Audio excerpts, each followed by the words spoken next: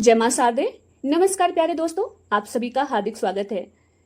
Friends, आज हम शोध के प्रकार पर बात करने वाले हैं। क्या आपको लगता है कि लाइब्रेरी में बैठकर किताबें पलटना शोध है? तो जी नहीं, ऐसा बिल्कुल भी नहीं है। शोध के अनेकों प्रकार हैं और हर बड़ी खोज, हर नई दवा, हर सर्वे रिपोर्ट किसी न किसी प्रकार के शोध का नतीजा है। तो आज हम इसे आसान भाषा में समझने का प्रयास करेंगे। फ्रेंड्स, आसानी के लिए हमने शोध को 5 आधारों में बांटा है। उद्देश्य के आधार पर, दृष्टिकोण के आधार पर, उपयोग के आधार पर, स्थान के आधार पर और कुछ खास प्रकार। आज हम केवल उद्देश्य के आधार पर शोध के प्रकार को समझने का प्रयास करेंगे। उद्देश्य के आधार पर शोध के 4 प्रकार हैं। इन्हें मैं एक आसान फार्मूले से याद करने का तरीका भी बताती हूँ। इसका जो फॉर्मूला है वह है deep, DEEP। D for describe, E for explore, E for explain, P for predict। D for describe। describe मतलब वर्णन। तो पहला जो शोध का प्रकार है वर्णनात्मक शोध। यह शोध सिर्फ क्या है बताता है, कोई कारण नहीं ढूंढता।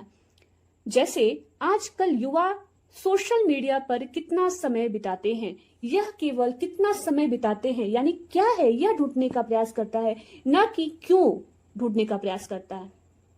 दूसरा एक्सप्लोर यानी खोजपूर्ण। दूसरा जो शोध का प्रकार है वह खोजपूर्ण शोध है। जब किसी विषय पर जानकारी बहुत कम हो तब यह शोध नए रास्ते खोलता है। जैसे मेटावर्स में लोगों की दिलचस्पी क्यों बढ़ रही है। शोध का तीसरा प्रकार व्याख्यात्मक शोध है। यह क्यों और कैसे का जवाब देता है, यानी कारण प्रभाव का संबंध जोड़ता है। जैसे मोबाइल का ज्यादा इस्तेमाल नींद की क्वालिटी को कैसे प्रभावित करता है। चौथा जो शोध है वह भविष्य सूचक शोध है। यह बताता है कि आगे क्या आने वाला है। जैसे अगले 10 साल में AI नौकरियों को किस तरह बदल देगा।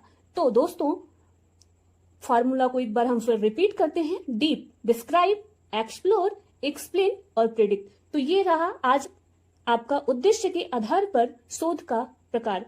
आशा है आप सभी को समझ में आएगा। तो फ्रेंड्स, आज के लिए बस इतना ही। आप सभी का बहुत बहुत धन्यवाद।